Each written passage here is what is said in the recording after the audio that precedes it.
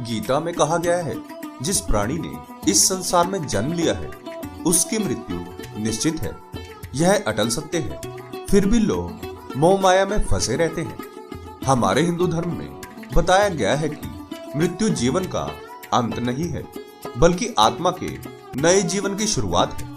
मनुष्य की मृत्यु के बाद शरीर नष्ट हो जाता है, लेकिन आत्मा पुराने शरीर को छोड़कर नए शरीर में प्रवेश करती है। मृत्यु के पश्चात परिजनों के द्वारा कई संस्कार किए जाते हैं।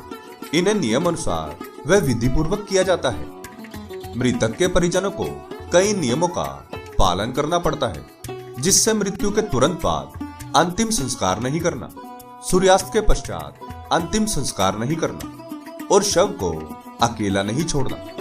मृत्यु के पश्चात शव को अकेले क्यों नहीं छोड़ना चाहिए? यह प्रश्न आप में से बहुत लोगों के मन में कभी ना कभी जरूर आया होगा।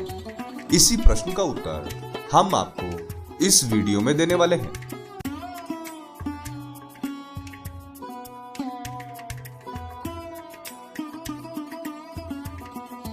प्रणाम मित्रों, डिवोशनल अर्थ चैनल में आपका बहुत स्वागत है। यदि आपने अभी तक हमारे चैनल को सब्सक्राइब नहीं किया तो जल्दी से कर लें और वीडियो को लाइक करना ना भूलें। तो आइए शुरू करते हैं आज का यह वीडियो। गरुड़ पुराण हिंदू धर्म का एक महत्वपूर्ण ग्रंथ है। इसमें जीवन मृत्यु से जुड़े सभी सवालों के जवाब बताए गए हैं। परिवार में किसी भी मृत्यु होने पर अंतिम संस्कार के बाद गरुड़ पुराण का पाठ किया जाता है।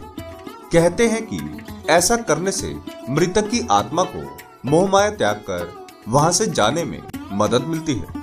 हिंदू धर्म में मृत्यु के पश्चात भी कुछ नियमों का पालन करना पड़ता है, जिनके बारे में विस्तार पूर्वक जानकारी हमारे गरुड़ पुराण में दी गई है। गरुड़ पुराण के अनुसार मृत्यु के पश्चात अंतिम संस्कार से पूर्व किसी भी मृत व्यक्ति का शव जिस समय तक भी घर पर रखा होता है उसे अकेला नहीं छोड़ना चाहिए। मृतक की आत्मा दाह संस्कार तक मृतक के आसपास ही रहती है और वापस अपने शरीर में प्रवेश करना चाहती है, क्योंकि मृत्यु के बाद भी आत्मा का शरीर से जुड़ाव रहता है। इसलिए शव को अकेला नहीं छोड़ा जाता। इसके अलावा गरुड़ पुराण में दी गई जानकारी के अनुसार अगर शव को अकेला छोड़ दिया जाए तो उसके आसपास कीड़े मकोड़े या जानवर आने का डर रहता है, जो उसके मृत शरीर को हानि पहुंचा सकते हैं। इसलिए मृतक के शरीर को अकेला नहीं छोड़ना चाहिए। ऐसा माना जाता है कि रात के समय यदि शव को अकेला छोड़ा जाए तो भटकती हुई बुरी आत्माएं शरीर को हानि पहुंचा सकती है। इसलिए शव को अकेला नहीं छोड़ा जाता। शव को अधिक समय तक घर पर रखने से उसमें गंध आने लगती है। इसलिए किसी एक व्यक्ति का शव के पास होना बहुत जरूरी होता है, ताकि वह शव के पास ही रहे और अगरबत्ती जलाकर दुर्गंध को आने से बचाए। मृत्यु के बाद आत्मा का शरीर से संबंध पूरी तरह से नहीं टूटता है। आत्मा को अपने अगले गंतव्य तक पहुंचने के लिए कुछ समय लगता है और इस दौरान वह शरीर के आसपास ही मौजूद रहती है। ऐसे में यदि मृतक के शव को अकेला छोड़ दिया जाए तो आत्मा भटक सकती है और उसके लिए समस्याएं उत्पन्न हो सकती हैं। शव के साथ कुछ विशेष अनुष्ठान और रीति रिवाजों का पालन करना आवश्यक है। इन अनुष्ठानों से मृतक की आत्मा को शांति व सुरक्षा मिलती है।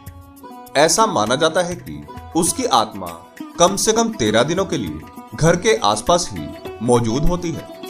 ऐसे में शव को अकेला छोड़ने से व्यक्ति की आत्मा का अपमान होता है और इसका प्रभाव घर के सदस्यों में हो सकता है। शव का अंतिम संस्कार करने के पश्चात अन्य तरह के संस्कार किए जाते हैं, जिसको करने से मृत व्यक्ति की आत्मा को शांति मिलती है। मृत्यु के 13वें दिन पिंड दान के पश्चात आत्मा यमलोक की यात्रा पर निकलती है।